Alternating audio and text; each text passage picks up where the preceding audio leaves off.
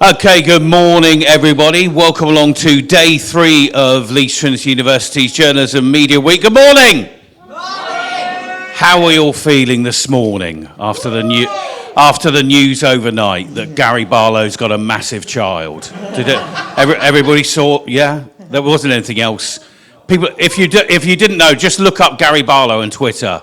It's not right now, but in the break, it's well worth it.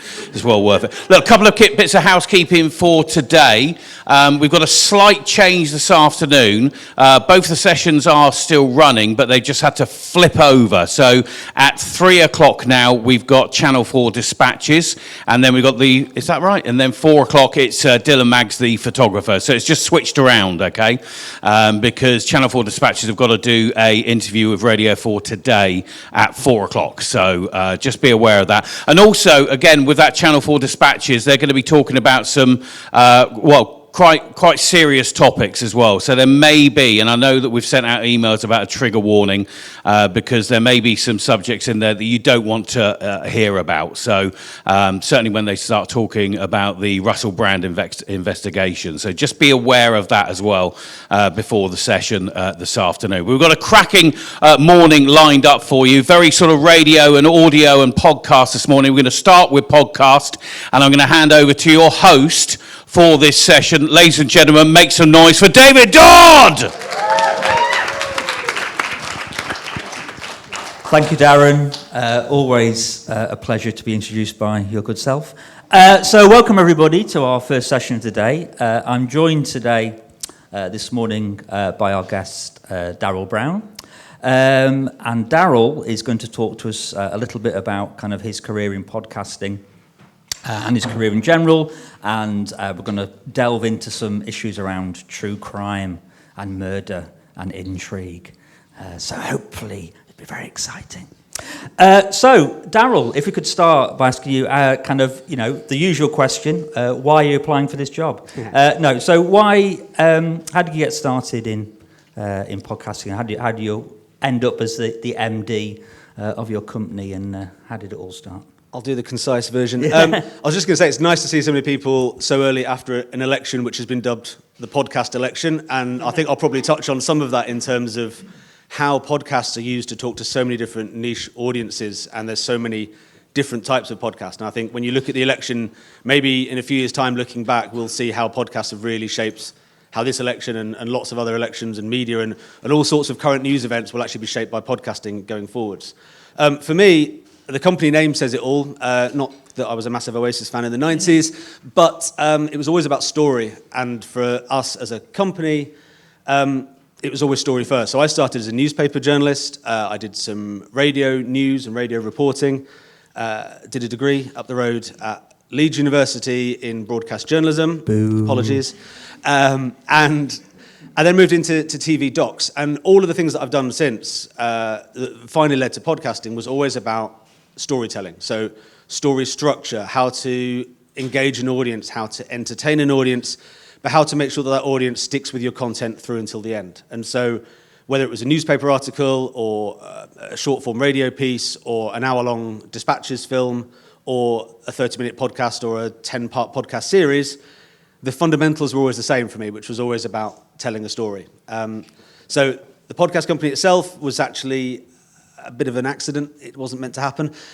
We were working in a TV production company, found a story that we thought was really interesting, and as is often the case, none of the TV commissioning editors thought it was interesting. And so we had to kind of put it to one side, and we thought, do you know what, actually this is a story that we should try and tell in some way. So we started doing some interviews, we started talking to some people, and it was a story in Scotland about a guy who had committed a murder, and he said he didn't do it. But it was also a story about his mum, who was an MP who had lost her seat in Parliament the day that he'd been arrested.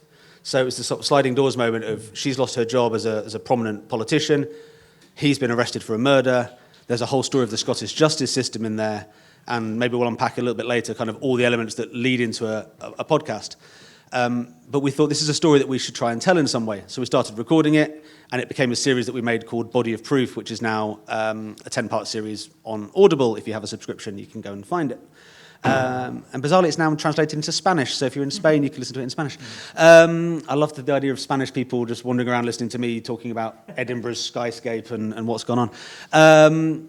So that was the first podcast that we did, and from there we've now been going for 4 years. We've made, I think, over 400 episodes across about 25 different shows, largely true crime, occasionally something that's just slightly away from that, but always with story and character and people at the heart of them, and that's what I hope we'll continue to keep doing.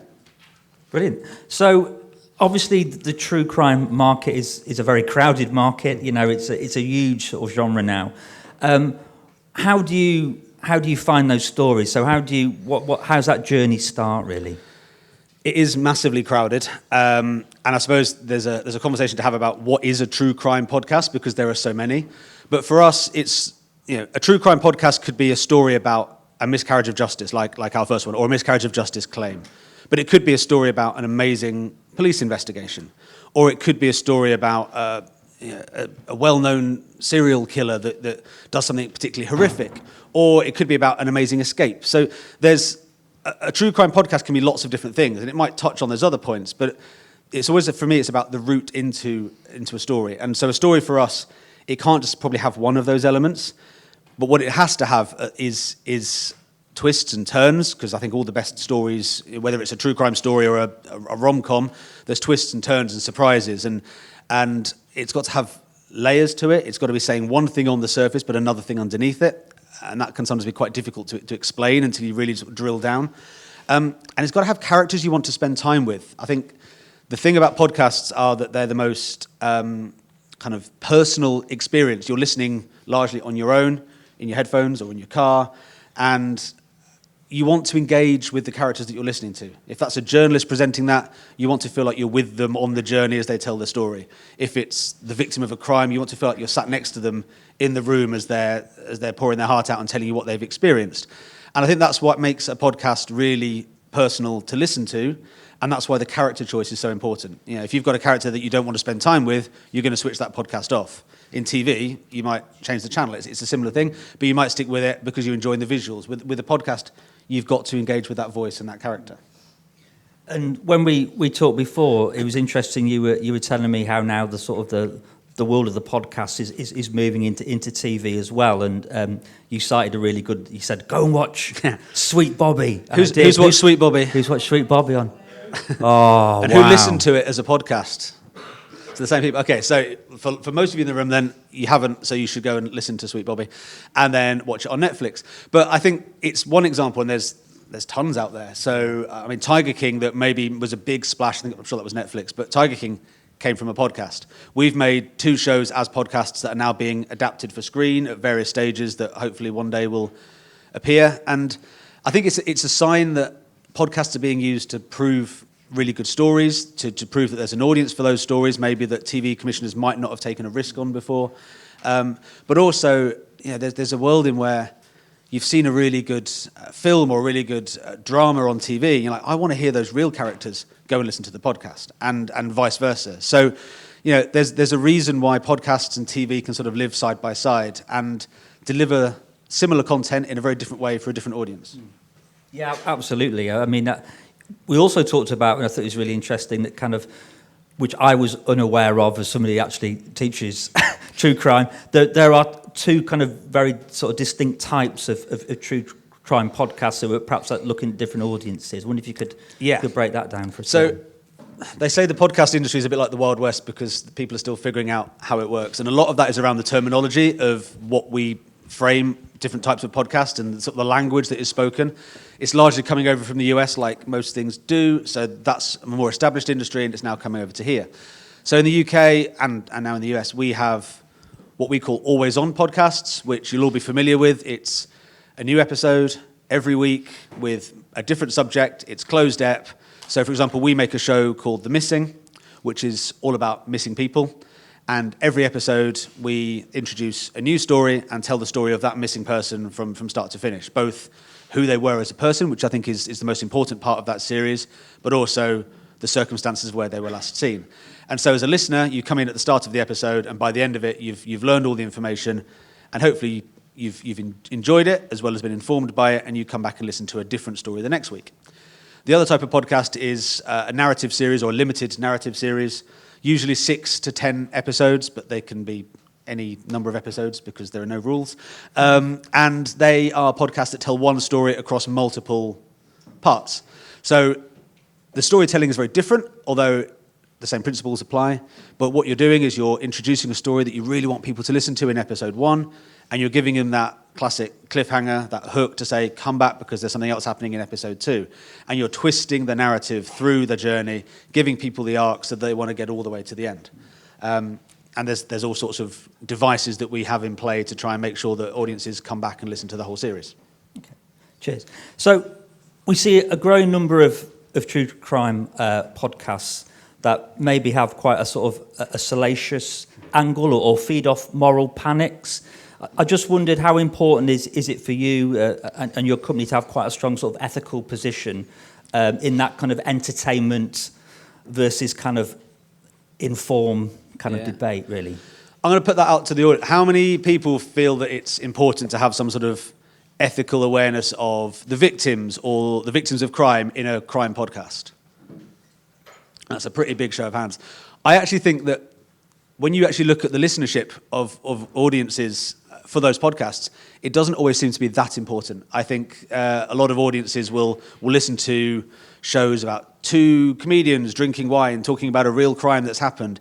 And for me, that doesn't feel quite right. For me, I think there's a line to be drawn there. We're always really careful to say that we are there to entertain, yes, because if it's not entertaining, as a listener, you're going to switch off because you're bored, because you're not engaged. So there has to be a level of entertainment there, but there also has to be a level of purpose and information and consideration for the victim. So there's a huge number of podcasts and TV shows which can tell a true story in a really entertaining way where you're talking about it the next day. You know, when you stood around the water cooler or whatever it is and you're kind of saying, oh, did you see that thing last night? It was really good, because you've been entertained by it.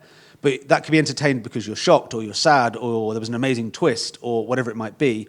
It can still be done ethically and carefully and with the consideration for the victims. So for us, that's always really important. And I think we made, as I said, The Missing was our first show that we made, and The Guardian gave us a review and said this was a shining example of ethical true crime, I think was the phrase they used. And we're like, right, let's put that on the wall somewhere in the office that we didn't yet have. But I think it's like, that was important for us because it kind of gives you an endorsement that you're thinking about it. And just to sort of take that point a bit further, it wasn't the first, it was about the second or third TV documentary that I made in sort of the true crime space. We promised the family that we'd sit with them and watch the film before, not to sort of get their approval, but to watch it with them so they knew what was coming before it went out on TV. And I sat with them, and there was a point in the film where I was like, we could have done that a bit more sensitively. And you maybe don't think about that in the confines of the edit suite where you're trying to make it as good as possible, or with the headphones on editing a podcast. That maybe isn't your first thought. It's like, what music can I use to make that a bit more dramatic?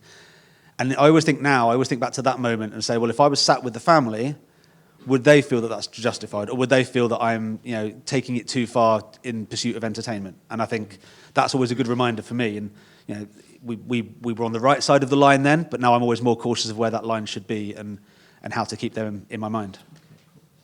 And kind of related to that point, really, we also see, a massive rise in the dramatisation of true crime stories. Particularly, the streamers. Netflix has countless versions of these. We've got the Menendez brothers, in various forms now. The documentary and the dramatisation. We've had, Savile with The Reckoning. Where do we sit with that? Is it particularly difficult to navigate that area? Given that you've got, victims of the family still around. I think it is difficult, and Netflix will do what they do and get lots of people to watch. I think for us, because we're not in the dramatised space, we have less of those kind of conflicts. Because if we're making a podcast, we will be reaching out to the victims' families or to people that have been affected. Quite often, we might be starting off by speaking to the offender or somebody from that side and saying, well, is there a story that's justified to be told here? And how do we navigate that with somebody that may not want that story to be told? And I sometimes think if you're telling a story that's really meaty, if it's across multiple parts, it's a big, deep dive narrative series, on an important topic, the chances are that there might be somebody that's not particularly thrilled that you're making it, and you might have to sort of have that difficult conversation. But Netflix and the streamers are going to do what they do because of the size that they are, and I hope there is always that consideration. But you look at the audience numbers on those things, and the audiences don't seem to mind that they're dealing with real stories. There's a question mark about why do we ever have real stories on TV? Because there's enough brilliant fiction writers out there that could fictionalize any kind of true crime drama with more twists, and but then they say truth is stranger than fiction. So maybe there's a reason why we like to. I think the psychology of the audience is we like to see these things that really did happen, both to understand why they happened and also to reassure ourselves that they didn't happen to us. And I think that's part of the psychology of a true crime audience. So that's why I think those stories will keep being told in some form. Yeah. So in your opinion, what do you see as the kind of the trends that are on the horizon within true crime? Is it kind of gravitating to towards a certain area, or are there kind of new are people kind of coming up with kind of new takes and new angles on it? I think it's massively oversaturated. I think if you look at the true crime charts, there are hundreds and hundreds and hundreds of podcasts. And some people say, well, that should be a barrier to then people coming in because, well, there's so many already. But I think it shouldn't be a barrier because everyone's got a different take or a different voice. And I think there's no point, creating a podcast that just regurgitates what's already out there, that's not trying to do something different. And it might feel really difficult to say, well, what is different? But for example, we've made a forensic science show called Smoking Gun, and it covers some cases that are undoubtedly told in other podcast series. I'm sure that most of the episodes that we've done must have been covered by somebody else on another podcast somewhere. Our point of difference is that we have a forensic scientist hosting it. So there's some real expertise, there's kind of a different style of narration on it, and it presents a different podcast, and it finds a different audience. So I think with true crime, but also with all podcasting, what you're actually looking at is trying to find your voice, or trying to find the voice of your host and your storytelling. And there will be a niche audience out there that will love to listen to that, and then you can build from there. So there's all sorts of trends. There's a lot of conversation at the moment about visualized podcasts. So if you're on a course like a lot of you will be, where you're learning cameras and visuals in studio, that's a massive asset going into what the next kind of 5 years is going to be, which is visualized podcasts. I'm sure everyone watched The Traitors. If you didn't, you also should watch that. The follow-up show after The Traitors was essentially kind of a Who Was Fired This Week show, but it was created as a visualized podcast where you could watch it on TV, or you could go and listen to a longer version as a pod. And as a result, it kind of blended the two genres. It's blended TV and podcast, and there's going to be so many more of those that are going to be coming out. So visualized podcasts are a big thing, and if you're learning visuals and you're learning audio, then that's a really great place to be. Thank you. That's a great insight. I was also going to ask, obviously, I'm aware of the fact I need to answer the question on the tin. So many of the students here will be are studying podcasting with Darren and are interested in developing it into a career. What advice would you give to budding podcasters in the audience? What advice would I give? Look, I think, as we've said, it's a massively oversaturated space in one sense because there are lots of podcasters out there. And I think that's great because, and the reason for that is because the entry point is relatively straightforward. You need a small amount of kit, some good knowledge to make an average podcast. What you've got to try and think about is, I think it's 90%, 95% of podcasts don't make it past 15 episodes, something like that. It's the stats are incredible. There's very few podcasts that create longevity. And so I think if you're thinking about going into the industry, the first thing to do is, well, there's no reason not to have had a go and have made a podcast. We sometimes get CVs sent through. It's like, oh, I'd love to work in podcasting. And I first look and say, well, have you made a podcast? Have you actually done it? Because there's nothing to stop you doing that from home with a very small amount of kit. And I'm not going to necessarily measure the audio quality, but there's no real excuse to not have reasonably good audio quality. But I'm not going to measure that. I'm going to be looking at storytelling and what your point of difference is, and have you understood what's going on. And, I think for anybody that wants to get into the industry, first and foremost, make a podcast, have a go at it. It doesn't matter if your downloads are 0, because you're learning the process of making it and how to tell a story and how to structure it. And then I think it's about you'll see content creators in all forms of media. It's about longevity. It's about saying, I'm not going to make 5 episodes and stop, because I don't, it's got to be a passion project. It's got to be something that you want to do. And I think if you've made 40, 50, 60 episodes of something, and maybe the downloads haven't increased very much, they will have increased a bit, it will happen. The standard will be better, your understanding of the medium will be better, the quality will be better, and you'll know so many editing tricks and terminology and those sorts of things that will then make you a much better asset for a production company. And I think podcasting is only going to grow. There's podcasting roles within TV companies now. Lots of TV companies are setting up their own podcasting arm. There are individuals that are making individual podcasts that are then pairing up with other individual podcasters and creating little networks, and they're kind of sharing audiences. So whether you're doing it as a sort of side hustle initially, whether you're doing it as a full-time job, whether you're doing it as a full career, I think podcasting is great, and it doesn't have to be the only job that you're doing at the very start. You're working in media, and podcasting is going to be a part of media, whichever form of media you're in. I don't know if that answers the question. No, absolutely, yeah. And I think there's definitely that sense of now for content creators, as every show has seems to have a spin-off podcast to go alongside it. So there's that huge desire, isn't there, across, we're talking about that kind of how, TV and radio, that kind of intertwined and crossover all the time. So we're definitely within 100%. Yeah. And it's about finding your voice. So if you've got a passion for something that you want to talk about, there's a reasonable chance that some other people out there in the world might want to hear that. Now, they're not going to want to hear you telling a story that's not very well told and not very well organised and thought through, but there will be an audience for what you want to say.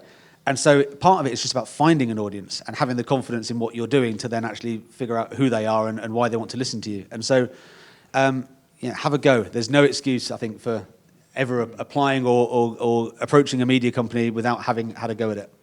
I think the beauty of it is, as you say, you can do it in quite a short form, can't you? So it doesn't have to be, an hour long, half an hour. You can really experiment and kind of cut your teeth on, some sort of bite-sized sort of chunks. I would go as far as to say never make an hour-long podcast. Yeah. And Stephen Bartlett would disagree, and he does quite well. So what do I know? But I think an hour-long podcast is a long slog for a lot of people to listen to. Most people listen to podcasts on their commute, whilst they're at the gym, whilst they're walking the dog, whatever it might be.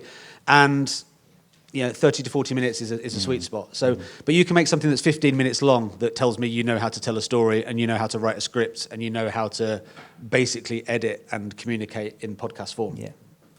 We were talking before about kind of, and you were saying about sort of the story is king, and a narrative will kind of is what you need to obviously hook your audience. We've seen now as well within true crime and podcasts in general, we're moving as well to perhaps some sort of content that has more of an entertainment kind of angle with that. So some people, like crime, but they don't necessarily want to listen to a kind of grisly murder case with all the detail. What have you been, kind of what content have you made, or what have you seen where we're moving perhaps to something which appeals to a broader audience that are kind of interested in something that's engaging, but don't necessarily want, Yeah. So there's another term which has come out in the industry, which is crime adjacent, which sounds ridiculous, but it's kind of what we all say now. So it's crime, but ideally nobody dies, and maybe it's not sinister, and maybe we can have a little bit of fun with it. So the first example is we made a show called Con Juan, which was all about, we gave him this label, so I don't know if it's officially true, but we called him the world's most elusive con man. And he was quite elusive. He's wanted in about 30 countries, so I think it's fair. So we went and we tried to find him. And his crimes was that he would steal large sums of money from very wealthy hotels and the guests in those hotels. So nobody died. They were victims of crime, and we didn't want to kind of minimalize that. But actually, it was quite a fun, quirky journey to find this guy who we eventually found hiding away in a Spanish island.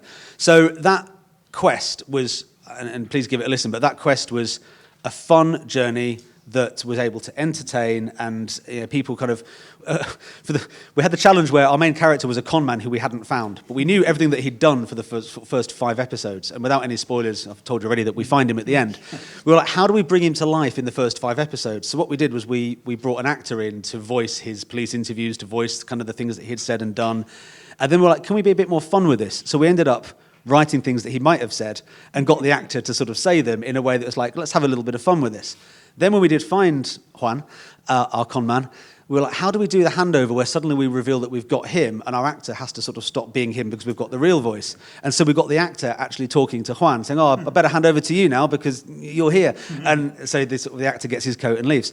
So we were able to have really sort of fun with the storytelling, which you wouldn't be able to do in lots of other genres, but podcast enables to do that. More recently, we started working with a comedian called Joanne McNally, who lots of you may know from My Therapist Ghosted Me. It's very popular. So we made a true crime kind of parody, but kind of a true crime show with Joanne called Who Replaced Avril Lavigne, where we went on a 6-part journey to figure out if it was true that Avril Lavigne had died at the start of her career and had been replaced by a lookalike. And spoiler alert, it's not true. But we managed to get 6 episodes out of it and a trip to Canada, which was really fun. So we took that to the end point of saying, if this was a real true crime story, how would we tell it? Well, we'd go and get the evidence. We'd go and look at the clues at the very beginning of her career. We'd go and look at the archive and listen to... So we got a voice analyst to listen to her song lyrics from the beginning and the end and to see if there was any difference. We went to her favourite pizza restaurant in her hometown to find out what Avril Lavigne's favourite pizza topping was, to then compare it to a recent photograph when she was eating pizza. So what was that the same? So it was all done in a true crime model, but it was silly and ridiculous. And we just followed up a few weeks ago with a follow-up series all about the 90s toy, the Furby, which is now making a comeback. I think actually we brought Avril back to Glastonbury, now we brought the Furby back to kind of the top of the shopping kind of lists for this Christmas. But we did a story about whether the Furby was actually a Chinese spy that had been designed to spy on the American government, because America thought that it was. So you can have fun but still tell a story in a narrative way. And that's what I hope we've been able to do with those series. Yeah, fab. So you're obviously a very busy man, but what do you listen to when you're relaxing? Or not enough. I listen to the start of lots of things. And that's because I kind of, whenever a new podcast comes out, you want to say, oh, yeah, what's that about? And sometimes you can get a measure of a podcast in 15 minutes, and you kind of think, yeah, I liked it, but I'm not going to stick around with it. So I've listened to the start of a lot of things. I think there's fewer and fewer narrative shows because of the costs of making them and the costs of finding an audience. There's fewer and fewer narrative shows that are being made that are really, really good. And I hope that changes because I think they're a great asset to have within the landscape. So Kill List is the most recent. You'll have probably all seen that it's right at the top of the charts. It's being talked about.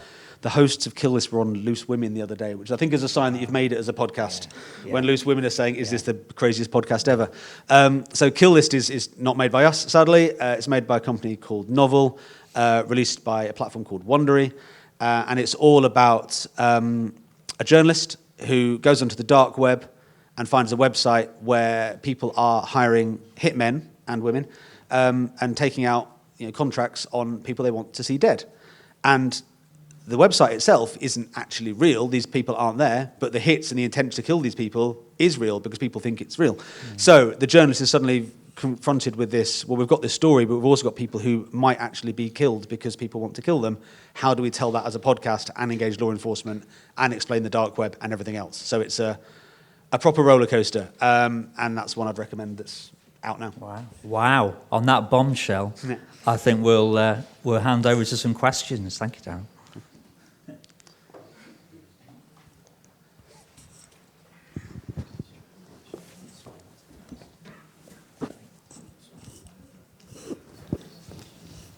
Thank you, mate.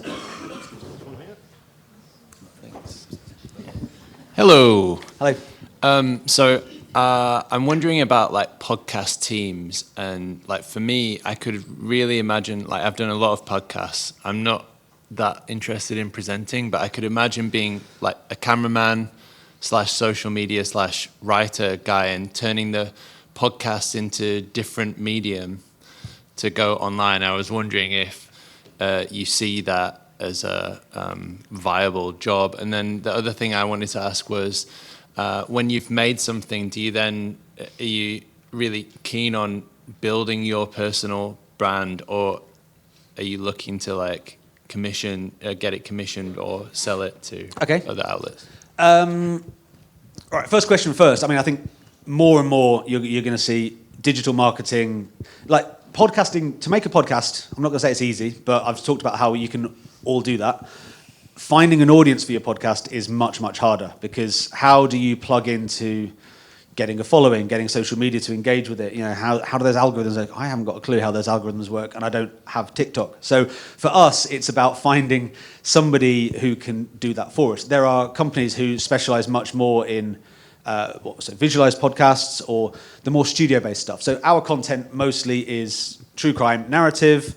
That's something we don't really visualize hugely, because it doesn't lend itself to it. Two well-known hosts in a lovely lit studio having a conversation every week for an Always On, you'll find that there's loads of social content to get out of that, because they're funny and there's jokes and it's entertaining. So there are entire companies that do exactly what you've just said there, which is helping podcasters visualize their content, adapting it for different social medias, finding, and I'm sure there's all sorts of different ways to do that too. But that's definitely a viable career option. And I think understanding podcast production, not just specializing in the digital and the technology behind it, but understanding storytelling, understanding both the podcast side and the social media side is really important. I think if you've got both knowledge, you can still specialize in doing one of those things, but it's great to know both. In terms of the path to getting a show made, most of the time we are making projects to try and sell to a platform, because that's how you make money. And it's very difficult to make money in the UK at the moment if you're trying to make it yourself. The ad market is growing, and it's growing at probably a similar speed to the US, but it's behind the US.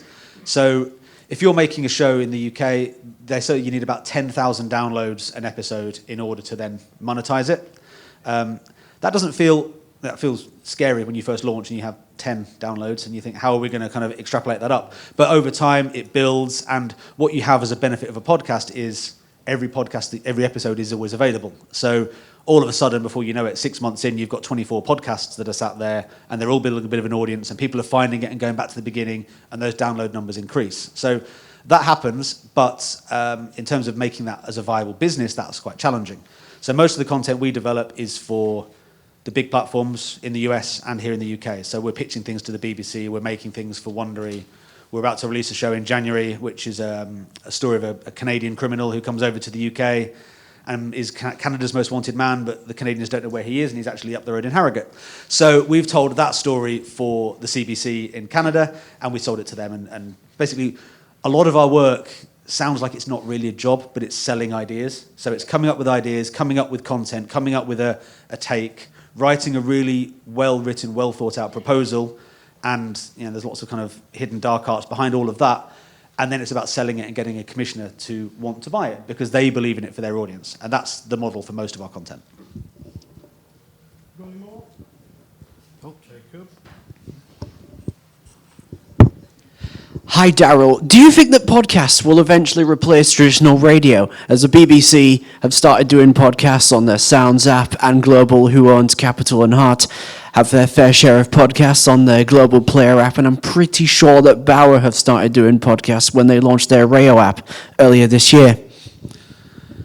I have no idea. That's not going to replace radio. Look, radio exists for loads of great reasons, and I think the latest figures that I would have seen suggest that radio listenership is doing really, really well, and there are certain stations that are flying. Look, I think there's a lot of choice with radio, and maybe there's some consolidation there, and maybe podcast apps will be used more. I don't know how many people listen to sort of the cut-down versions of radio shows as a podcast, but they seem to be in the charts an awful lot. So clearly, podcasts and the podcast platforms are an asset for major broadcasters because it's another way to engage an audience. And we're all living lives where we're on demand. And so in the same way that linear TV is being replaced by on-demand TV in lots of ways, I'm sure linear radio is going to find more and more listeners on catch-up, which essentially is a podcast. So there's bound to be more moving there. I think actually the difference is when we talk about podcasts, we're not talking about a radio show that's cut down. We're talking about how do we find that audience? And for the BBC, I think it's fair to say that whenever they're commissioning anything, they're saying, we know we need to engage the people that listen on Sounds, but what we really want is the people that don't listen on Sounds yet. So how do you reach that audience that aren't on Sounds that you can bring across? And we're making things for Wondery. Wondery aren't a radio platform. They're an app. But they're saying, well, what can you make for us that brings subscribers into the Wondery app? So it's all about grabbing an audience, and that's what every broadcaster wants. And so radio stations are just the same. Actually, while While I've got the...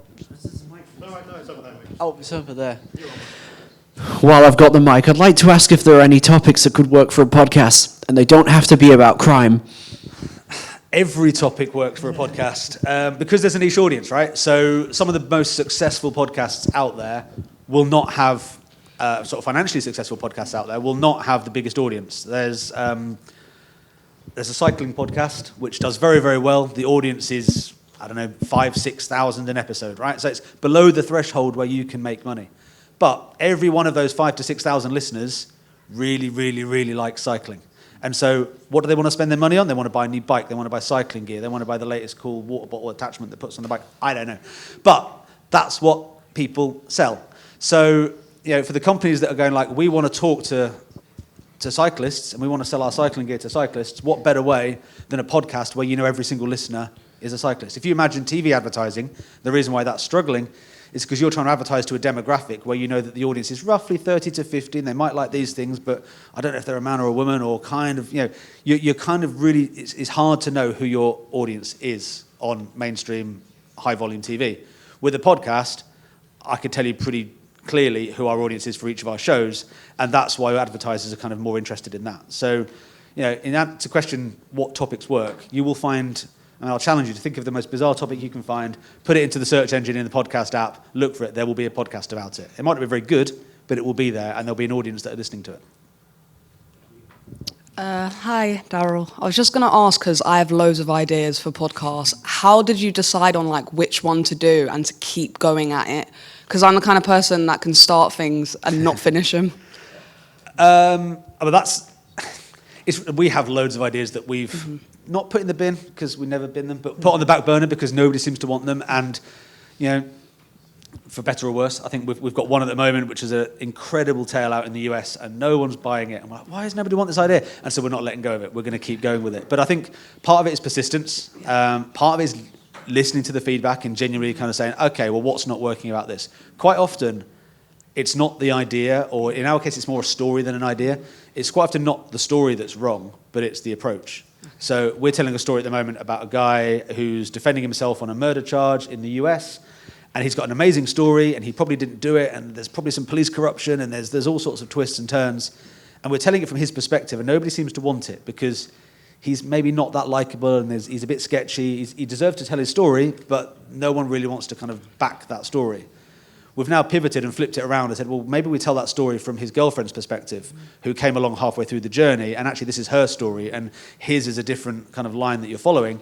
And all of a sudden it's a different podcast, it's a different pitch, but it's the same story, just from a different lens. And so if your story's not working or you can't kind of find a way to tell it, maybe it's not the topic, but it's the way into the story. Host is massively important, and I'm talking about this from sort of quite a premium level, but why are you the person to tell this story? Are you better being the producer? And if you're the producer, who's the best host to tell this story? Is it somebody from within the story? Is it a journalist? Are they on a journey? Who's the right person that you want your listener to spend time with? And quite often, changing the host or changing the way in can make a story that didn't work. Yeah, that answered my question. Thank you. Hey, I just wondered about the steps of growth, right? So it's like one bloke in a room on his own making a podcast, and then how do how does it equate to the next person, and then you get a producer, and you know what I mean? Do you know what? Well, some of the podcasts we make still are one bloke in a room making a podcast. That's me, usually. Different stories require different sizes of teams and different levels. It's never going to be... the days of 6 or 7 people in a team making a podcast are probably disappearing quite quickly because the margins and the budgets aren't really there. It's not sustainable. You don't need to have that. What we have is a really core team of... You get a brilliant producer on a podcast who can tell that story. You can't work on your own. You can't work in isolation when you're making something like a long-form narrative piece because you need that collaboration. You need people to talk to, and you need to kind of...